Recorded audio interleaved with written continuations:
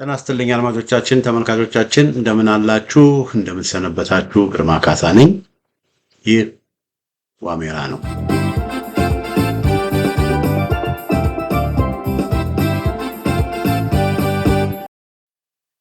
በዛሬው የዋሜራ መርሃ ግብራችን በቅርቡ የኢንዲያው ጠቅላይ ሚኒስትር ጠቅላይ ሚኒስትር ሞዲ ኢትዮጵያ ጉብኝት አድርገዋል። ያንን ጉብኝት አስመልክቶ በስፋት የገዢው የብልጽግና መንግስት ሚዲያዎች በስፋት በሳቸው ጉብኝት ዙሪያ ላይ የብልጽግናን ስኬት ለማሳየት የሞከሩበት ሁኔታ ነው ያለው። ሮዚ ሴናሪዮ ማለት ነው። ኢትዮጵያ ውስጥ ያለውን ሁኔታ ሮዚ ኢትዮጵያ ውስጥ መልካም ነገር እንዳለ፣ ጥሩ ነገር እንዳለ፣ ሮዚ ሴናሪዮ እንዳለ ለማሳየት የሞከሩበት ሁኔታ ነው ያለው እና ጠቅላይ ሚኒስትር ሞዲ በአዲስ አበባ ባደረጉት ጉብኝት በስፋት ምን እንዳደረጉ ምን እንደሰሩ የት ቦታ እንደጎበኙ በስፋት ውይይት ተደርጎበታል። በስፋት በዛ ጉዳይ ላይ ዘገባ ተሰርቶበታል እና እዛ ላይ አላተኮርም። ነገር ግን ማተኮር የምፈልገው በሁለት ነገሮች ላይ ማተኮር እፈልጋለሁ። ዛሬ ጠቅላይ ሚኒስትሩ በተወካዮች ምክር ቤት በሚባለው ተቋም ውስጥ የተናገሩት ንግግር አለ። ያንን ንግግር አስመልክቶ እዛ ላይ ከተናገሯቸው ብዙ ነገሮች ተናግረዋል ጠቅላይ ሚኒስትሩ ሞዲ። ከተናገሯቸው ግን አንዱን ዛሬ ይዤላችሁ ቀርባለሁ። እንደዚሁ ደግሞ ከኢንዲያ ጋር ከህንድ ጋር በተገናኘም እንደዚሁ አንዳንድ መረጃዎች ኢትዮጵያውያን እንዲያውቁት ለማድረግ ሞክራለሁ። ህንድ ያለውን ሁኔታ ምን ያህል ህንድ ኢትዮጵያ ውስጥ ካለው ችግር ኢትዮጵያ ውስጥ ካለው የተወሳሰበ ሁኔታ የተለየ ነገር ህንድ ውስጥ እንደሌለ፣ ነገር ግን ያሉ የተወሳሰቡ ችግሮችን ያሉት እንትኖችን በሙሉ አቻችለው ህንዶች እንዴት በሰላምና በተረጋጋ መንገድ ሀገራቸውን እየመሩ እንደሆነ እና ከነሱ እኛም ደግሞ ብዙ መማር ያለብን ነገር እንዳለ ለማሳየት እሞክራለሁ እና ትልቁ ነገር ከዚህ ከህንድ ምን እንማራለን የሚል እና ያለውንም ነገር ፕራይም ሚኒስተር ሞዲ የተናገሩት ነገር አለ እና መጀመሪያ ወደዛ ከመሄድ በፊት ስለ ህንድ አንዳንድ መረጃዎችን እንደው ባቀበላችሁ ደስ ይለኛል። ህንድ ሲባል እንደው ብዙ ጊዜ ህንድ ሲባል ይሄንን ላሳያችሁ። ይሄ የምታዩት ታጅ መሃል ይባላል።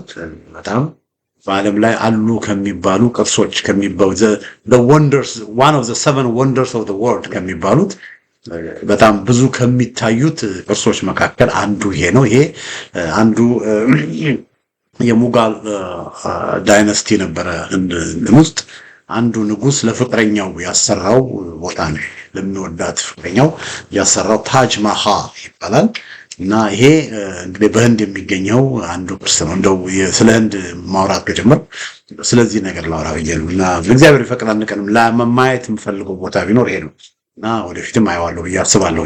በጣም ከዓለም ወንደሮች መካከል ከሚያስደንቁ አርኪቴክቸሮች መካከል አንዱ ነው ይሄ ታጅ መሃል የሚባለው እና ህንድ አድማጮቻችን፣ ተመልካቾቻችን ኢትዮጵያ ውስጥ እንግዲህ ወደ 130 ወደ 120 ሚሊዮን የሚሆን ህዝብ ነው ያለው።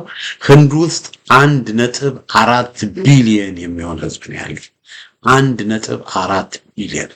በዓለም ላይ ካሉት አገሮች በሙሉ በብዛት ህዝብ የሚኖረው የት ነው? ህንድ ውስጥ ነው።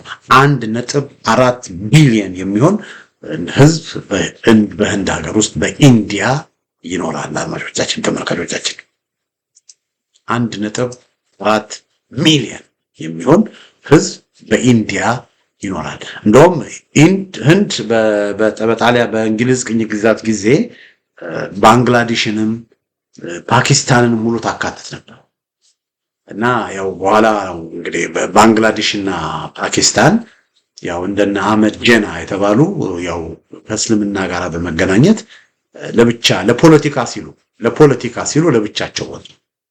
ስልጣን ለመያዝ ሲሉ እና አህመድ ጅላ ስልጣን ለመያዝ ሲሉ ፓኪስታን የሚባል ሀገር መሰረቱ እንጂ አሁን በዓለም ውስጥ የሙስሊም ቁጥር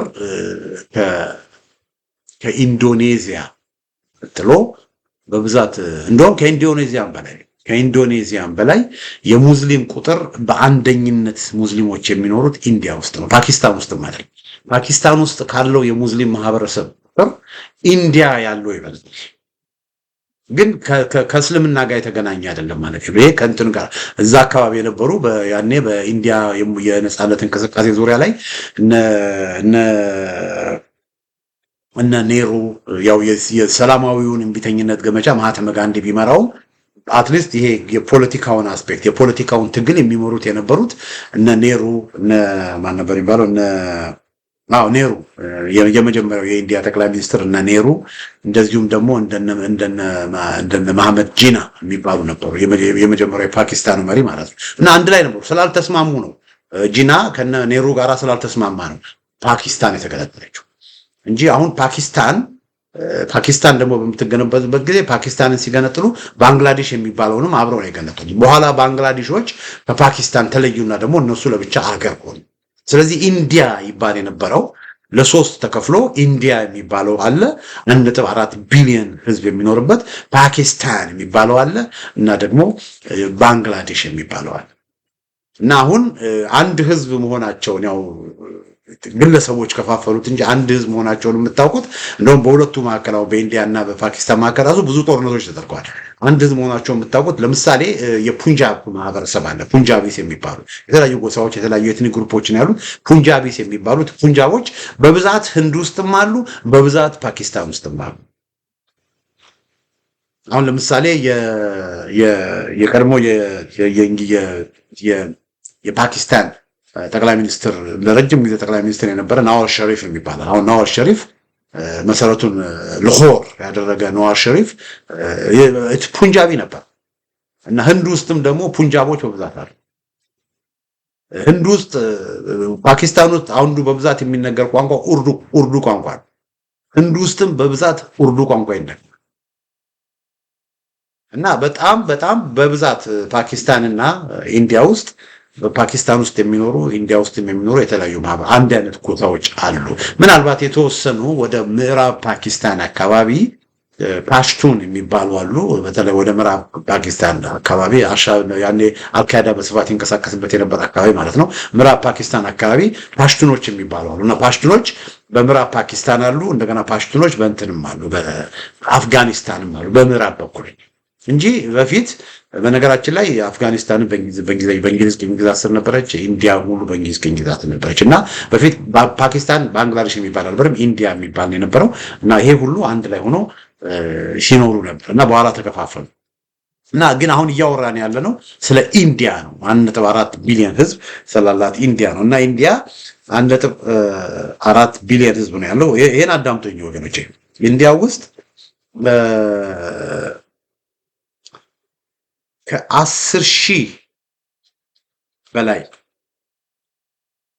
ከ10,000 በላይ ኤትኒክ ግሩፖች አሉ። ከ10,000 በላይ ጎሳዎች አሉ፣ ኤትኒክ ግሩፖች ከ10,000 በላይ። እንደገና ወደ 19,000 የሚሆኑ የተለያዩ ቋንቋዎች አሉ ኢንዲያ ውስጥ። እዚህ ህንድ ውስጥ ከ19,000 በላይ የተለያዩ ቋንቋዎች አሉ። ከ10,000 በላይ ኤትኒክ ግሩፖች አሉ እና በጣም የተለያዩ ማህበረሰባት የሚናገሩበት የተለያዩ ሃይማኖቶች አሉ። ቡዲስቶች አሉ፣ ሙስሊሞች አሉ፣ ክርስቲያኖች አሉ፣ የተለያየ ሃይማኖቶች አሉበት። ኢቭን ሂንዱዎች አሉ፣ ሂንዱይዝም የሚባለው አለ፣ ሂንዱዎች አሉ እና የተለያየ ሃይማኖቶች ያሉበት፣ የተለያየ ባህል ያለበት፣ የተለያየ ቋንቋ ያለበት፣ የተለያየ ኤትኒክ ግሩፕ ያለበት ማህበረሰብ ያለበት ትልቅ አካል እና በዚህ በኢንዲያ ወደ ከእንግሊዝ ቅኝ ግዛት የወጡት ብዙ ከዛ በፊት የነበረውን ታሪክ ብዙ ምናልባት ካስፈለገ ወደፊት ይዤ እመጣ ይሆናል። አሁን ግን በ1947 ነው ኢንዲያ ነፃነቷን ያወጀችው ከእንግሊዝ እና ነፃነቷን በምታወጅበት ጊዜ እስካሁን ድረስ ወደ 15 ጠቅላይ ሚኒስትሮችን ኢንዲያ ነበራት ማለት ነው። 15 ጠቅላይ ሚኒስትሮች እና የመጀመሪያው ጠቅላይ ሚኒስትር ኔሩ ይባላል። ጃዋሃሪያል ኔሩ ይባላል። የአፄ ኃይለሥላሴ የቅርብ ወዳጅ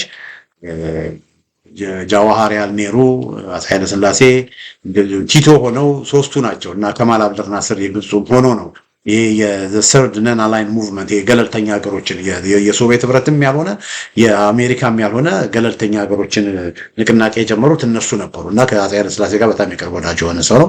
ጃዋሃሪያል ኔሩ ይባላል። በፈረንጆች አቆጣጠር እንደ አውሮፓውያን አቆጣጠር ከ1947 ከ1964 ለ16 ዓመት የኢንዲያ የህንድ ጠቅላይ ሚኒስትር ሆኖ ያገለግላል። ከዛ በኋላ 15 ጠቅላይ ሚኒስትሮች የአሁኑን ጠቅላይ ሚኒስትር ናራንድራ ሞዲን ጨምሮ 15 ጠቅላይ ሚኒስትሮች በህንድ ተፈራርቀዋል እና ከነዚህ ውስጥ በብዛት ለረጅም ጊዜ እንግሊዝን ህንድን የገዙት እንግዲህ ኔሩ ናቸው። የመጀመሪያው ጠቅላይ ሚኒስትር ጃዋሃርላል ኔሩ ለ16 ዓመት ጠቅላይ ሚኒስትር ሆነው ሰርተዋል። ከዛ በኋላ ለረጅም ጊዜ የሰሩት ሴቷ ብቸኛ ሴት ጠቅላይ ሚኒስትር ኢንዲራ ጋንዲም ለ15 ዓመት ጠቅላይ ሚኒስትር ሆነው ሰርተዋል። ኢንዲራ ጋንዲ ከ1966 እስከ 1977 ለ11 ዓመት ጠቅላይ ሚኒስትር ሆነው ነበረ። ከዛ በኋላ ጠቅላይ ሚኒስትር ናቸው ተነሱ። እንደገና ደግሞ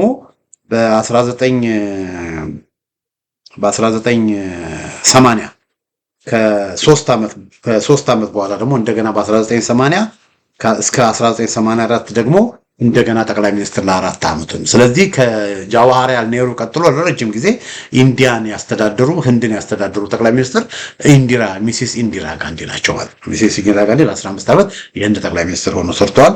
ከዛ ቀጥሎ ልጃቸው እሳቸው በጥበቃቸው ላይ የተገደሉት ኢንዲራ ጋንዲ ተገለው ነው። እሳቸውን ተኩቶ ደግሞ ልጃቸው ራጂቭ ጋንዲ ለ5 ዓመት ጠቅላይ ሚኒስትር ሆናል። እሱም ይገደላል። እሱም በተገሎ ይሞታል።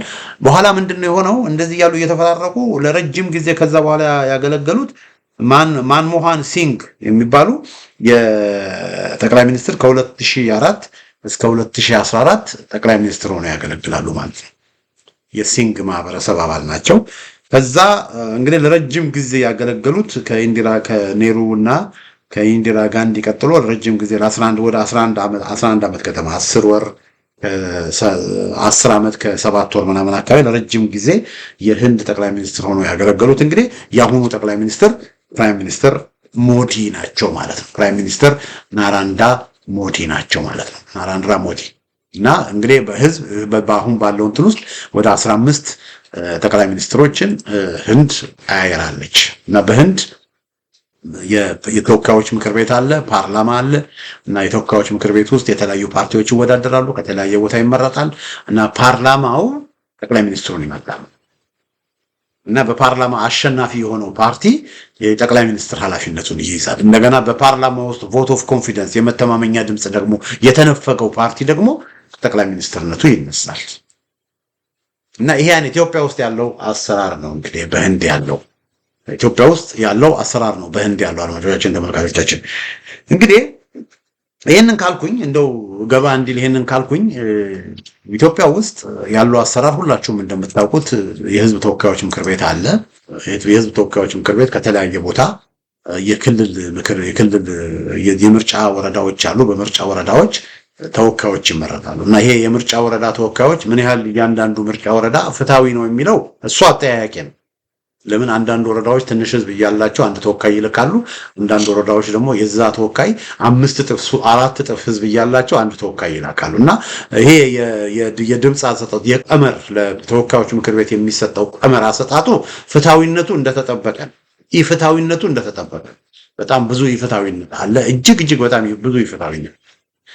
ለዚህም ማሳያ ያው ከዚህ በፊት እንደነገርኳችሁ ነው። ለምሳሌ በቤኒሻንጉል ጉሙዝ ክልል በመተከል ያለው ህዝብና በአሶሳ ያለው ህዝብ ተመጣጣኝ ነው እና በመተከል 6 ሰው ለተወካዮች ምክር ቤት ሲመደብ በአሶሳ 6 ዞን ሲመደብ በመተከል ደግሞ 2 ብቻ ነው የተመደበው። ከሁለቱም ደግሞ ሸናሻ ለሚባለው አንዱ እንዲሰጥ ተብሎ 90% የሚሆነው የመተከል ህዝብ አንድ ተወካይ ብቻ እንዲሰጠው የተደረገው እና በዚህ መልኩ ኢፍትሃዊ በሆነ መንገድ የቀመሩ የህዝብ ተወካዮቹ ቀመር የተመደበበት ሁኔታ ነው ኢትዮጵያ ውስጥ። ግን እንደዛም ሆኖ ያንንም ወስደን እነዚህ ህዝብ ተወካዮች ምክር ቤት በህዝብ ተወካዮች ምክር ቤት ውስጥ ህዝብ የመረጣቸው ናቸው እና ህዝብ የመረጠው እንዳጋጣሚ ሆኖ በወያኔ ጊዜ ኢህአዴግ፣ አሁን ደግሞ በብልጽግና ስለሆነ አሸነፈ የሚባለው የብልጽግና ፓርቲ ጠቅላይ ሚኒስትሩን ይሾማል ማለት ነው እና እነዚህ የብልጽግና ፓርቲ የህዝብ ተወካዮች ምክር ቤት አሁን ባለው የህገ መንግስት አሰራር አሁን ህገ መንግስት የሚሉት አሰራር መሰረት ጠቅላይ ሚኒስትሩን የመሻር መብት አላቸው። ፓርላማው ጠቅላይ ሚኒስትሩን የመሻር ጠቅላይ ሚኒስትሩን የማውረድ ስልጣን አለ። ይሄንን በትልቁ ላሰምላችሁ ማለት የተወካዮች ምክር ቤት ተሰብስበው ለአብይ አህመድ አሁን ጠቅላይ ሚኒስትር ቮት ኦፍ ኮንፊደንስ የመተማመኛ ድምጽ ነፍገው ሌላ ጠቅላይ ሚኒስትር እንዲሾም ማድረግ ይችላል። አሁን ባለው ህገ መንግስት አብይ አህመድን በፓርላማ በኩል ከስልጣን እንዲወርድ ማድረግ አሁን እነሱ ህገ መንግስቱ መከበር አለበት ይሉ የለ ይሄ መከበር ያለበት የሚሉትን ህገ መንግስት ያልጣሰ ነው። አሁን በእነሱ በሚቀበሉት ህገ መንግስት መሰረት አብይ አህመድን የህግ የተወካዮቹ ምክር ቤት የእሱን የማንሳት ስልጣን አለ። ነገር ግን ለምንድን ነው ያንን የማያደርጉት? እነዚህ የተወካዮች ምክር ቤት የሚባሉት ለምንድን ነው ያንን የማያደርጉት ብለን ካል እነዚህ የተወካዮች ምክር ቤት ተብለው በብልጽግና መጀመሪያውኑ የሚመደቡት ህሊና የሌላቸው ለጥቅም ያደሩ ለሆዳቸው ያደሩ በመሆናቸው ህዝባቸውን የማያከብሩ በመሆናቸው ህዝባቸውን የሚያከብሩማ የተወካዮች ምክር ቤት ለምሳሌ ከቋሪት ወረዳ ከጎጃም የተመረጠው ክርስቲያን ታደለ በተወካዮች ምክር ቤት ስብሰባ ላይ ለምንድን ነው አገርን በአገሪቷ ውስጥ ህግና ሰላምን ማስጠበቅ ስላልቻለ ጠቅላይ ሚኒስትሩ ለምንድን ነው የማይወርዱት ብሎ ጥያቄ በማቅረቡ በአሁኑ ጊዜ እስር ቤት ነው ያለው። እና የተወካዮች ምክር ቤት እንግዲህ ስልጣኑ ይሄ ነው፣ ትልቅ ስልጣን ነው ያለው። ግን ያንን ስልጣን መጠቀም ይቻላል። ያን ያህል ይሄ አሁን ፓርላማ የሚባለው የቆሸሸ የወረደ የበቃ የማይረባ ተቋም እንደሆነ እናያለን ማለት ነው። እና እዚህ ተቋም ላይ ነው እንግዲህ ፕራይም ሚኒስተር ሞዲ መጥተው ንግግር ያደረጉት እና ካደረጉት ንግግር መካከል እስቲ ይችን እንከታተላቸው። And I come to you with deep respect for your parliament, your people, and your democratic journey.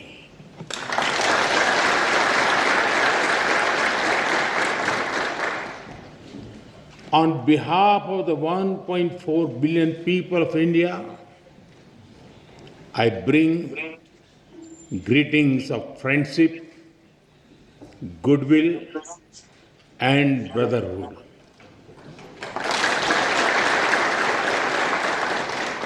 Tena istilin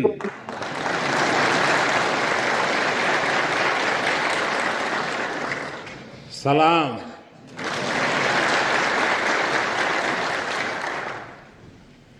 Honorable members,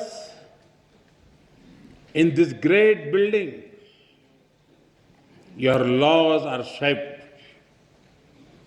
Here, the will of the people becomes the will of the state. And when the will of the state is in harmony with the will of the people, the wheel of programs moves forward with hope and purpose. Through you, I am also speaking to your farmers in the fields, to the entrepreneurs building new ideas, to the proud women leading communities and institutions, and to the young people of Ethiopia who are ጠቅላይ ሚኒስትር ሞዲ የህንዱ ጠቅላይ ሚኒስትር ሞዲ ናቸው። እና እሳቸው ምንድነው ያሉት? እንግዲህ መጀመሪያ ላይ ያው ለፓርላማው ሰላምታ ካቀረቡ በኋላ ጤና ይስጥልኝ ሰላምታ ካቀረቡ በኋላ ያሉት ነገር በዚህ ትልቅ አዳራሽ ውስጥ in this great building በዚህ ትልቅ አዳራሽ ውስጥ ብለው ይሄንን ፓርላማው የተሰበሰበበትን አዳራሽ ምን ብለው ነው የጠሩት? ትልቅ አዳራሽ ብለው። ትልቅ አዳራሽ በሚሉበት ጊዜ ስፋቱን አይደለም። ይሄ አዳራሽ የያዘውን ኃላፊነት ትልቅነት ነው ጠቅላይ ሚኒስትሩ እዚህ ጋር የገለጹት። in this great building በሚሉበት ጊዜ necessarily physical building አይደለም። ፎቁን፣ ሰገነቱን፣ ግንቡን፣ መስታወቱን፣ መንጣፉን ምናምን አይደለም። በዛ ፎቅ ውስጥ በዛ አዳራሽ ውስጥ የተሰበሰበውን ተቋም ያ አዳራሽ ስሙ እንደሚለው የህዝብ ተወካዮች ምክር ቤት ስሙ እንደሚለው የምን ተወካዮች? የህዝብ ተወካዮች። የህዝብ ውክልና ይዞ መምጣት የህዝብ ተወካይ መሆን ማለት ትልቅ ኃላፊነት ስለሆነ ነው ጠቅላይ ሚኒስትሩ ይሄን አዳራሽ እነዚህ ሰዎች የተሰበሰቡበትን አዳራሽ in this great ቢልዲንግ በመገኘቴ ደስታዬን እገልጻለሁ ብሎ ያሉት በዚህ ምክንያት እና የዚህ አዳራሽ ትልቅነት የመነጨው የትልቅነቱ ምንጭ እንዳልኳችሁ ፎቁ ሰገነቱ አይደለም። እዚህ አዳራሽ ውስጥ የተሰበሰቡ ሰዎች የህዝብ ተወካይ ናቸው ስለሚባሉ ቢያንስ ጠቅላይ ሚኒስትሩ እንደ ህንድ ፓርላማ እዚህም ያሉ ፓርላማዎች የፓርላማ አባላት የህዝብ ተወካዮች አባላት የህዝባቸውን ጥቅም ይዘው መጥተው እዚህ የሚከራከሩ የህዝባቸውን ጥቅም በህዝባቸው ዘንድ ያለውን ጉዳት አምጥተው እዚህ የሚናገሩ የህዝብ ተወካይ በትክክለኛ መንገድ እውነተኛ የህዝብ ተወካዮች ናቸው ከሚል እምነት ነው እነዚህ ሰዎች ያሉበትን ቦታ የህዝብ ተወካዮች ስለሆኑ ይሄ ትልቅ አዳራሽ ነው ብለው ጠቅላይ ሚኒስትሩ የተናገሩት። ሌላው ምን ይላሉ ጠቅላይ ሚኒስትሩ? when the will of the people becomes the will of the states, የህዝብ ፍላጎት የህዝብ ዓላማ የህዝብ አጀንዳ የመንግስት አጀንዳ ሲሆን የፓርላማው አጀንዳ ሲሆን ያኔ ምን ይላሉ?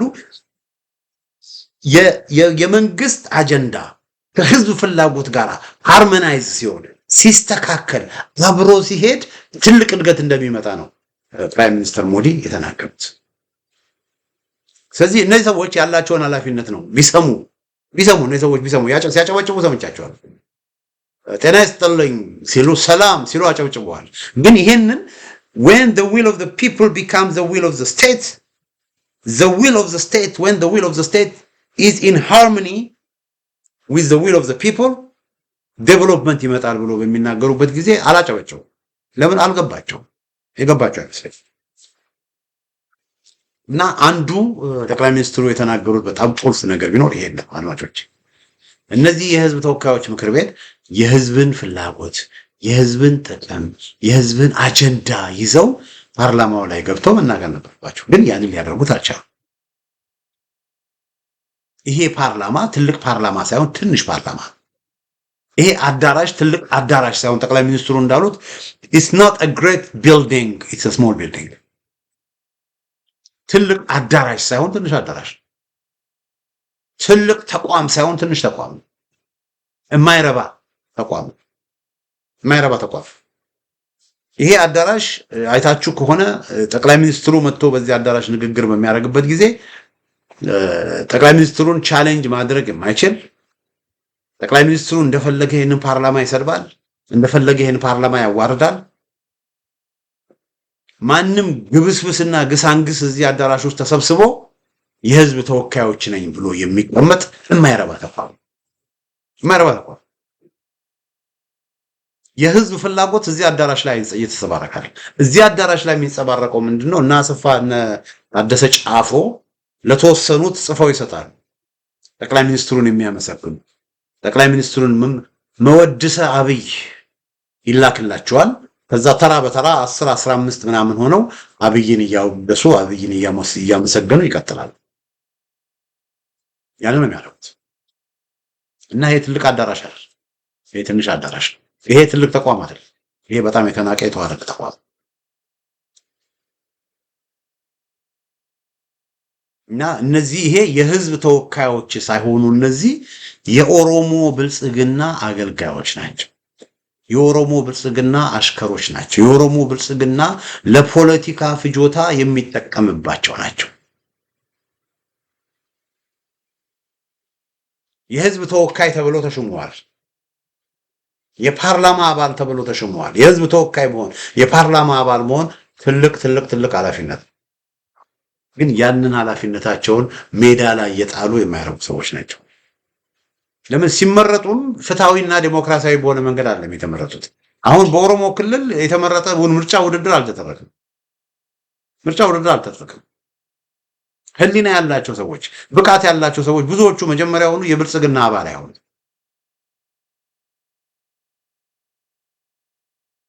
የኢህአዴግ አባል አይሆኑ። ስለዚህ ይሄ ካድሬው ይሄ በጥቅም የተገዛው ይሄ ፓርላማ አባል በመሆኑ ቤት ይሰጠዋል፣ የፓርላማ አባል በመሆኑ መኪና ይሰጠዋል፣ የፓርላማ አባል በመሆኑ ጥሩ ደሞዝ ይሰጠዋል። ከሱ የሚጠበቅበት ምንድነው? አዲስ አበባ ተቀምጦ በቃ የህዝብ ተወካይ ነኝ ብሎ እና አብይ አህመድ ሲመጡ ለና አብይ አህመድ ማጨብጨብ ነው ማጨብጨብ። እና ኢትዮጵያ ውስጥ ይሄ ነው ያለው። እንደውም በአንድ በኩል ይቅርታ አድርጉልኝና በደርግ ጊዜ የነበረው ሸንጎ ይሻላል። አንደኛውን የለየለት አምባገነን መንግስት በሚባልበት ቦታ የነበረው ሸንጎ ይሻላል። እና ይሄ ነው በጣም በጣም የጠቅላይ ሚኒስትር ሞዲ የተናገሩት ነገር ቢሰሙ እንደዚህ ሰዎች ቢሰሙ ራሳቸውን እንደው የመመርመር ራሳቸውን የመገመት ራሳቸውን የማየት ብቃት ቢኖራቸው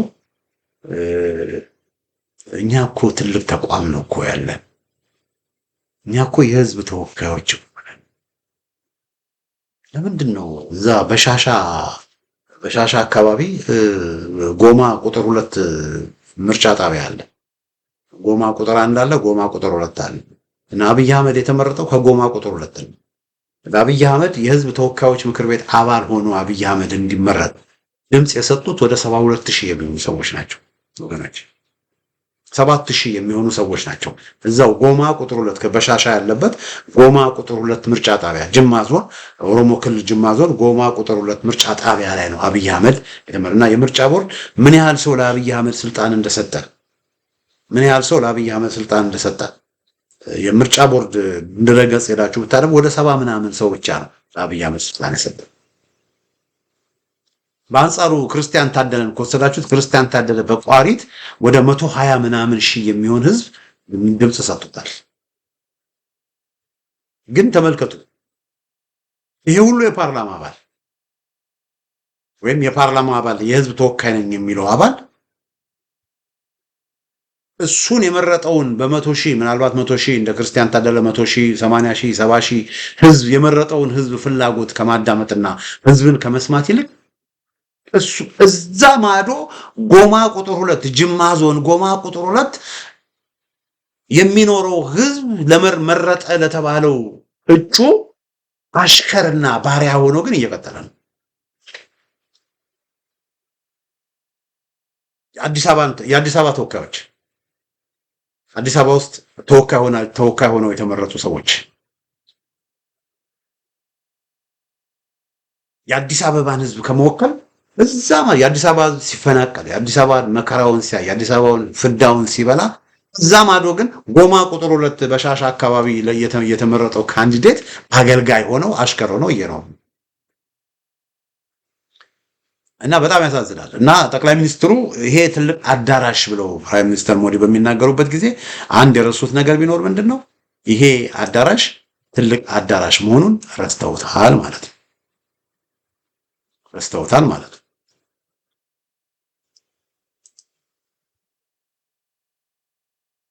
እንግዲህ አንዱ ያለው ነገር ይሄ ነው አድማጮች፣ አንዱ ያለው ችግር ይሄ ነው።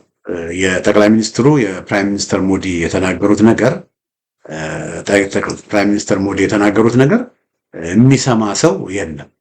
ብዙ የሚሰማ ሰው ቢኖር ያላቸውን ፖዚሽን ያላቸውን ኃላፊነት እነዚህ ሰዎች ቢያውቁ ብዙ ነገር ይሆን ነበር። እና እስቲ እንደገና ከመዝጋቴ በፊት ለመጨረሻ ጊዜ እስቲ እናዳምጣቸው። And I come to you with deep respect for your parliament, your people, and your democratic journey.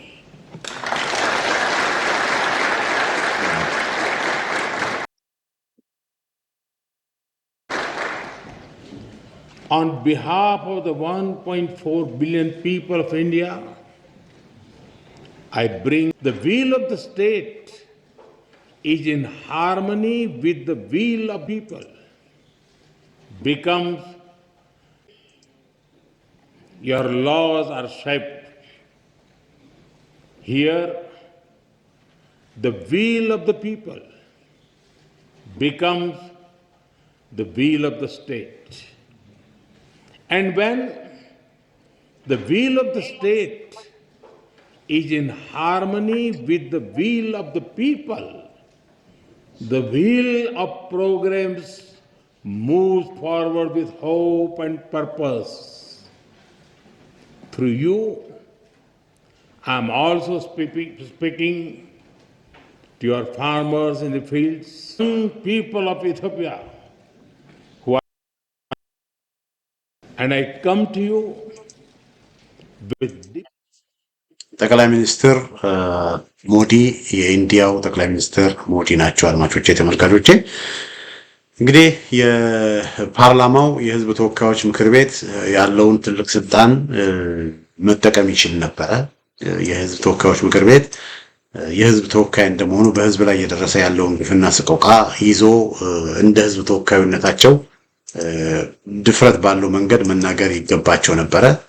ነገር ግን ያንን አላደረጉም እነዚህ ሰዎች። ስለዚህ ትልቅ ተቋም ናቸው ብሎ ለመናገር በጣም ይከብዳል። እና ብዙዎቹ የፓርላማ የህዝብ ተወካዮች ምክር ቤትን ፓርላማ አይተን ከሆነ በጣም አንደኛ በጣም በርካታ ወንበሮችም ባዶ ነበሩ እና በርካታ አሁን ለምሳሌ ከአማራ ክልል እነ መላኩ ፈንታው የጎንደር ተወካይ የጎንደር የፓርላማ የጎንደርን ህዝብ ዘመቻ አድርገው ጎንደርን እንወክላለን፣ ለጎንደር ህዝብ መብት በህዝብ ተወካዮች ምክር ቤት እንሟገታለን ብለው ምረጡኝ ብለው የጎንደር ህዝብ የመረጣቸው እነ መላኩ ፈንታ ያሉ የህዝብ ተወካይ ምክር ቤት አባላት የህዝብን አደራ የትም ወርውረው የት እንዳሉ አይታወቅም። ሌላው እንደና አቶ ገዱ አንዳርጋቸውም እንደዚሁ በወሎ ተመረጥኩኝ ብለው የህዝብ ተወካዮች ምክር ቤት ነበሩ። እሳቸውም ጥለው ወጥተዋል። እንደነ ዶክተር ስለሺ ያሉ በአዲስ አበባ ከተማ የህዝብ ተወካይ ሆኖ ተመርጠው የነበሩ ነበር። አሁን እሳቸውም ያንን ቦታቸውን ጥለው ወጥተዋል። በርካታ የህዝብ ተወካይ ምክር ቤት አባል የሆኑ ሰዎች ጥለው ከህዝብ የተቀበሉትን አደራ ተቀብለው ስራቸውን እየሰራሉ። ስለዚህ ይሄ አሁን ኢትዮጵያ ውስጥ ያለው ነገር የህዝብ ተወካዮች ምክር ቤት አይደለም። የህዝብ ተወካዮች ምክር ቤት አይደለም። እንደ የህዝብ ተወካዮች ምክር ቤት ሊሰጠው የሚገባው ክብርና ሙገሳ የሚገባው አይደለም። የካድሬዎች ስብስብ ነው ይሄ። የካድሬዎች የምናምንቴዎች ስብስብ ነው።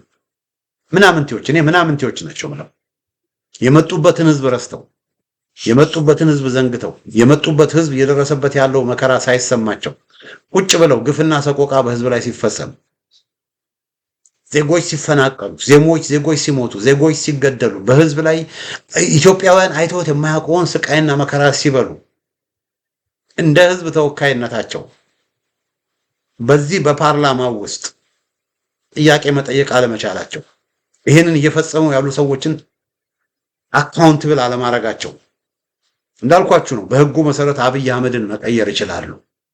ታደሰ ጫፎን ከዛ ከሚቀመጥበት ቦታ ማውረድ ይችላሉ።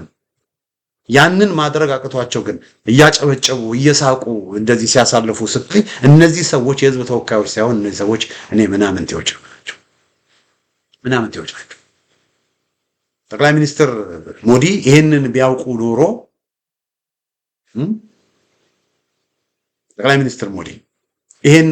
ኖሮ አይጎበኙም ነበር ኢትዮጵያ። ነገር ግን ያው በተለያየ ስብስብ ውስጥ እሳቸውን ስለሚያገኝ አብይ አህመድ በማታለል የሚታወቅ ስለሆነ ምንድነው ዲሴፕተር ኢን ቺፍ ስለሆነ እያታለለ ያው ወደ ሀገር ቤት እንዲመጡ አደረገ። እሳቸውን ተጠቅሞ ደግሞ የፖለቲካ የፖለቲካ እውቅና ፕሮፓጋንዳ ሰራ እና ግን ያለው ሁኔታ ይሄ ነው። ባጫሩ እኚህ ሰው በጣም ጠቅላይ ሚኒስትር ሞዲ በጣም ትልቅ ሰው ናቸው። በጣም ትልቅ ቦታ ያላቸው ሰው ናቸው። የሚወደዱ ሰው ናቸው። ለዚህም ነው በተከታታይ ዴሞክራቲክ በሆነ መንገድ በተከታታይ ምርጫ እያሸነፉ እስካሁን ድረስ እየገዙ ያሉት በዚህ ምክንያት ነው። እንዳልኳችሁ ወደ 15 ጠቅላይ ሚኒስትሮች ህንድ ውስጥ ተፈራርቀዋል። ወደ 15 ጠቅላይ ሚኒስትር እና የተለያዩ ፓርቲዎች አሁን ለምሳሌ የኢንዲያ ናሽናል ኮንግረስ የኢንዲያ የኮንግረስ ፓርቲ የሚባል አለ። የመጀመሪያው ፓርቲ እነ ኔሮ ያሉበት በኋላም እነ ኢንዲራ ጋንዲ የነበሩበት የኢንዲያ ናሽናል ኮንግረስ አለ። ናሽናል ኮንግረስም እንደዚህ ለረጅም ጊዜ ከዛ ፓርቲዎቹ ሰዎች ጠቅላይ ሚኒስትር ሆነዋል። በኋላም ደግሞ ባራቲያ የሚባል ፓርቲም ነበረ። እሱም ጠቅላይ ሚኒስትር ያስመረጠበት ጊዜ አለ። ጃናታ ፓርቲ ባራቲያ ጃናታ ፓርቲ ወይም ቢጄፒ የሚባል አለ። እሱም ጠቅላይ ሚኒስትር ያስመረጠበት ሁኔታ አለ። የአሁኑ ጠቅላይ ሚኒስትር ሞዲ ከቢጄፒ ናቸው። ከባራቲያ ጃናታ ፓርቲ የወጡ ጠቅላይ ሚኒስትር ናቸው። ሌላም ከዛ በፊት እንደገና ጃናታ ዳል፣ ሰማጅሃዲ፣ ጃናቲ ፓርቲ የሚባሉ የተለያዩ ፓርቲዎችም እንደዚሁ በምርጫ አሸንፈው ጠቅላይ ሚኒስትር የሆኑበት ሁኔታ አለ። ወደ 15 ጠቅላይ ሚኒስትሮች በህንድ ተፈራርቋል። አንዳንዱ ትልቁ 16 ነው፣ ግን ለ200 ምናምን ቀን ለ100 ምናምን ቀንም እንደዚሁ ጠቅላይ ሚኒስትር ሆኖ ከኃላፊነቱ የተነሳ ማለት እና ግን ህንድ pretty much ስቴብል ሆና ተረጋግታ ይኸው በጣም ምንም እንኳን በህዝብ ብዛት 1.4 ቢሆንም በጣም በብዙ መልኩ በቴክኖሎጂ በኢንዱስትሪ በብዙ መልኩ ትልቅ ደረጃ የደረሰች ሀገር ናት። በዓለም ላይ አሉ ከሚባሉ ታላላቅ ሀገሮች መካከል አንዷ ህንድ ናት። እንዳልኳችሁ ነው ወደ 120 ምንድነው ወደ 20 ሺህ ቋንቋዎች ከ10 ሺህ በላይ የተለያዩ ኤትኒክ ግሩፖች ያሉባት ሀገር እንዋጋ ቢሉ እንገዳደል ቢሉ ሌላም ነገር እናደርግ ቢሉ ማድረግ የሚቻልበት ብዙ እሳት ሊፈጠርባት የምትችልበት ሀገር ናት። ኢትዮጵያ ውስጥ ወደ 80 ምናምን ቋንቋ ነው ያለው። 80 ምናምን ብሔረሰብ ነው ያለው። አስቡት 100 እንኳን አይደል። እዛ 20 ሺህ 10 ሺህ ቋንቋዎች ኤትኒክ ግሩፖች ነው ያሉት። ግን ተከባብረው ተዋደው ይሄው ስርዓተ መንግስቱም ዴሞክራቲክ ስለሆነ መንግስታቸውንም ዴሞክራሲያዊ ሆኖ የህዝብ ፍላጎት እውን እንዲሆን እየተደረገ ይሄው ከ1947 ጀምሮ ይሄው ለ75 ዓመታት ተረጋግተው እየኖሩ ነው። ህንድ ውስጥ ችግር የተፈጠረው ከፓኪስታን ጋር በሚደረግ ጦርነት አንዳንዴ ደግሞ ከቻይና ጋር ባለ ችግር እንጂ ኢንተርናሊ ህንድ ውስጥ ያው ችግሮች ይኖራሉ። ግን የእርስ በርስ ውጊያ ምናምን ችግር ተፈጥሮ ያውቃል። ስለዚህ ቁም ነገሩ ስርዓቱ ነው።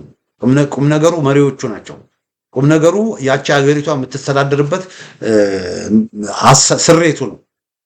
ቅድም አሉ እኮ የህዝብ ፍላጎት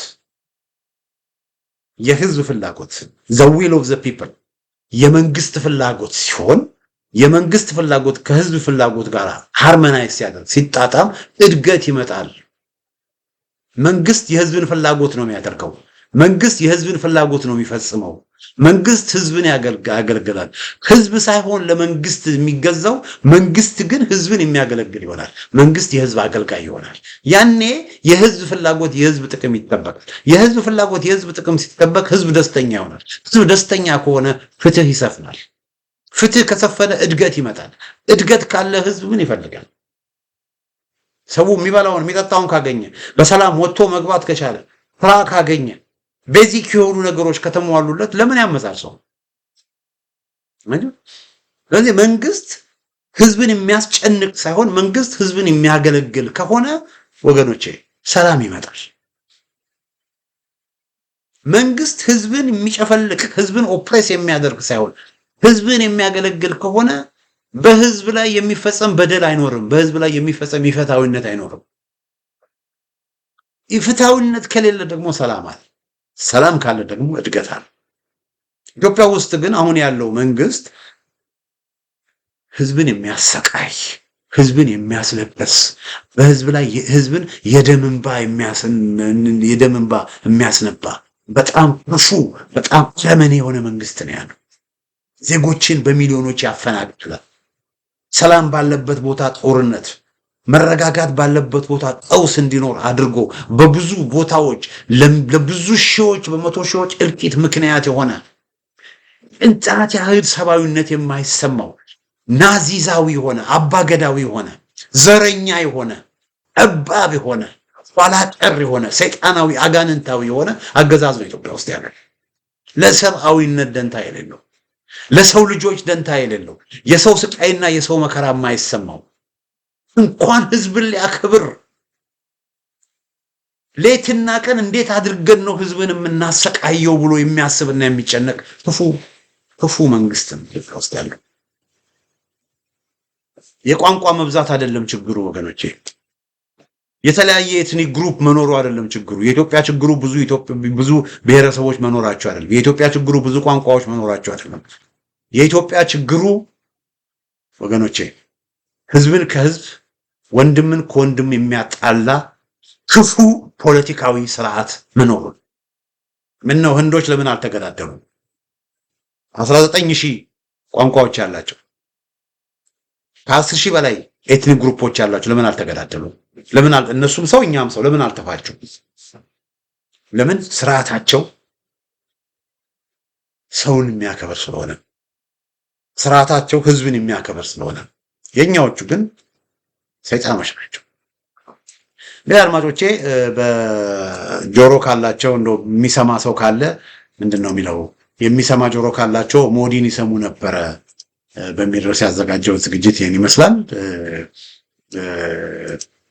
ሰዎቹ የሚሰማ ጆሮ የላቸውም። የሚሰማ ጆሮ ስለሌላቸው ይሄው አገሪቷን ለችግር እየዳረጓት። የሚሰሙ ጆሮ ቢኖራቸው የህዝብ መከራና ስቃይ ቢሰማቸው በተለያየ ቦታ ያሉ ጦርነቶች እንዲቆሙ አዎንታዊ የሆነ እርምጃዎች ስቴፖችን ይወስዱ ነበር፣ ያሰሯቸውን ይፈቱ ነበር፣ ብዙ ነገሮችን ያደርጉ ነበር። ግን ሰዎቹ የነሱን ፍላጎት ህዝብ ተገዶ እንዲያከብርና እንዲቀበል የሚያደርጉ እንጂ ህዝብን የሚንቁ እንጂ ህዝብን የሚያከብሩ አይደለም። ህዝብን የማያከብር ደግሞ አወዳደቁ እጅግ በጣም የከፋ ነው የሚሆነው። እንግዲህ ለዛሬ ያዘጋጀው ዝግጅት ይመስላል። በሌላ ጊዜ በተመሳሳይ ፕሮግራም እስክንገናኝ ደህና ሁኑ።